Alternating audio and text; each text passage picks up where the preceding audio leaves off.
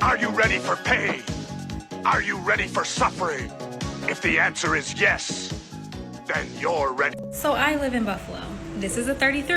This is my car that's been buried in all of this fucking snow since last week. And this is outside my granny's house. A tree that's been there since my aunt was a child. Safe to say that it's a fucking shit show out there, right? Here go y'all cum goblins who don't even live in the fucking city. Which, by the way, the Q-tip people are the last ones to ever talk about somebody stealing anything. Y'all wouldn't be in this country had it not been for y'all stealing it. So y'all are more focused on people looting and trying to get necessities and things that they need. And yes, a TV is a fucking necessity thing. Than the people who are literally freezing to death in their own home. Freezing to death outside. Because this city did not shut down the way it should have. Byron Brown want to get on here and talk about, we told y'all, we knew this was going to happen.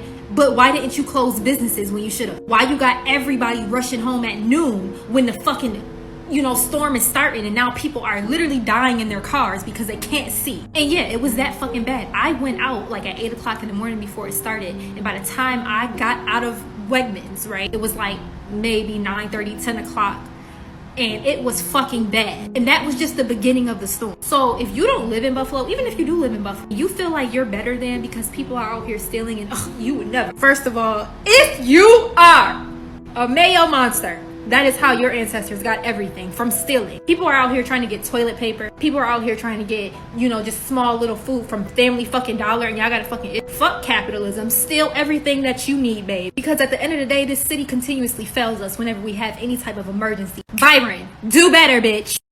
Yo, teaching is wild. I don't know what we were talking about, but one of the kids was like, that's impossible. You can't be a boy and a girl. And one of my other students is like, that's not true. Look at Miss Q.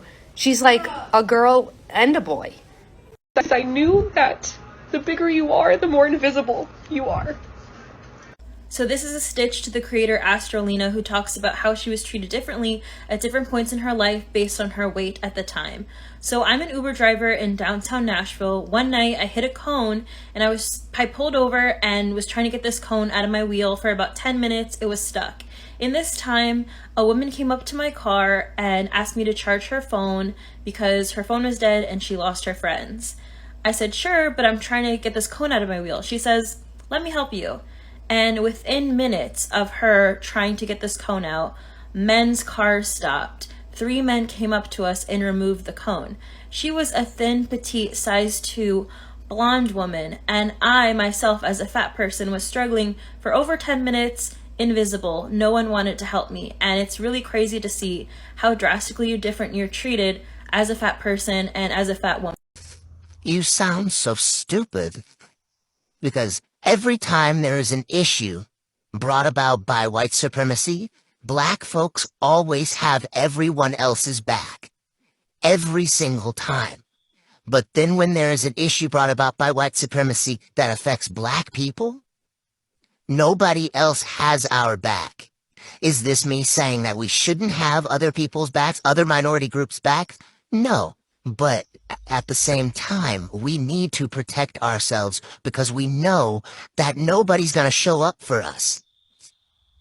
We have to always be sure, always have to double check to protect ourselves because nobody else will do that. They expect us to be the minority avengers. Every time an issue happens, black people are, well, where are the black people? Why are black people here? Even if it doesn't have to do with us. What is a woman? Being a victim of misogyny? I get that. Your beauty being seen as your currency? And your worth? Got that. Living in an oppressive society that views your femininity as some sort of weakness? I get that. Afraid to be out at night alone? Got that. Harassment and violation? I get it. The old keys between your fingers or the 45-second rule to get to your car? I definitely get that. In general, being powerless against the average man? I get that. Men taking advantage of you because they know they can get away with it? I get that. Expected to give something in return when getting the bare minimum. But getting the bare minimum for your greatness.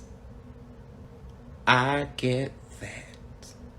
Scared to report that incident 'Cause you don't want them to look at you like you did something wrong. I get that. I get that. Am I a woman? Yes. Am I transgender? Yes. Did the doctor spank me on my butt and tell my mama it's a girl? No. You want to make this about body parts?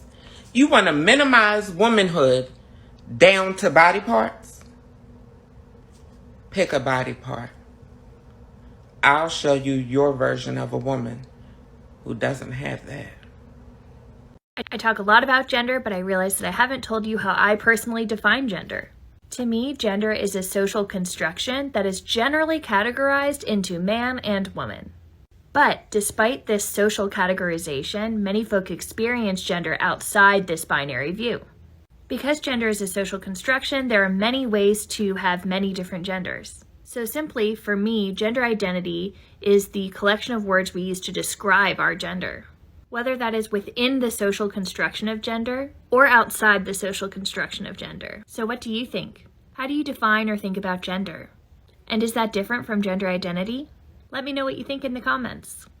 Oh, my favorite new little thing to do is if like a couple will get engaged, I'll always ask the guy, not the girl, if he's planning on changing his last name or if he's going to hyphenate or what, just to really just watch them squirm.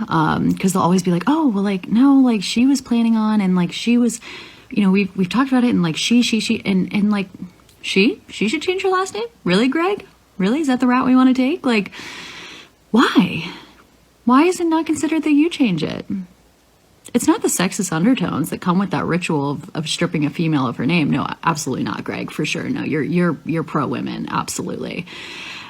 And it's definitely not the fact that, you know, if you want to have kids, that you want them to have the same last name, that you want them to have your last name, Greg.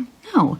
If a girl pushes a gremlin out of her vagina, they're taking her last name, period. Like, how have we as a society not gotten to this point? Oh my God.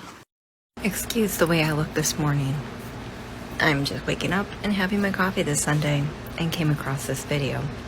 So, watch, and then I'll give you my commentary. Let me say that again. The sins of white America are for no one to absolve.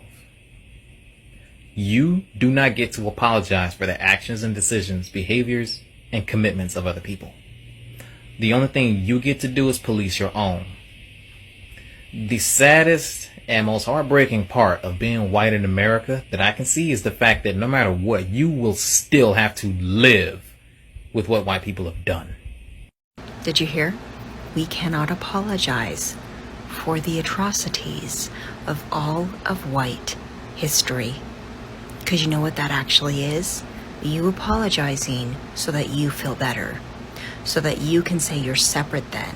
So that you can say you're not a part of. So that you can absolve yourself. It's about you still. It's not about black people, indigenous people. It's not about BIPOC people. It's still about you and your feelings and your fragility, because you don't have the strength to sit with the consequences and truly feel the burden and the weight of the suffering and the pain. Until we can do that, we can sit and hold space, things aren't going to get better. So please, do better. I had a friend ask me today, like, can you be friends with someone that has different political views than you? Yeah, I can. I think differences are amazing. Here's where we can't be different. If you are homophobic, transphobic, racist, any of those things, we're not friends, because those are fundamental differences about the ways that we treat other people, and the ways we move in the world, and the ways we choose to use our time and our energy. So can we vote differently on the school bond? Sure. Can we be friends if we want to like take basic rights away from other humans? For sure, that's a no.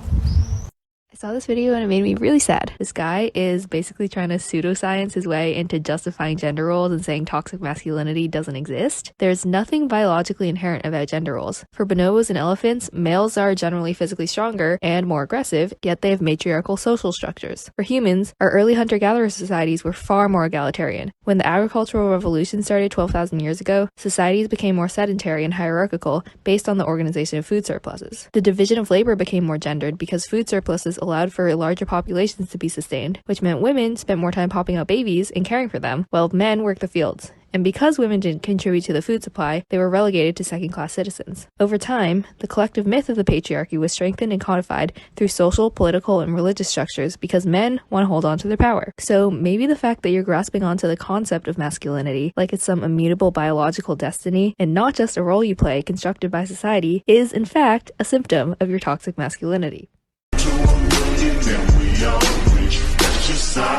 The last one out to get this dough.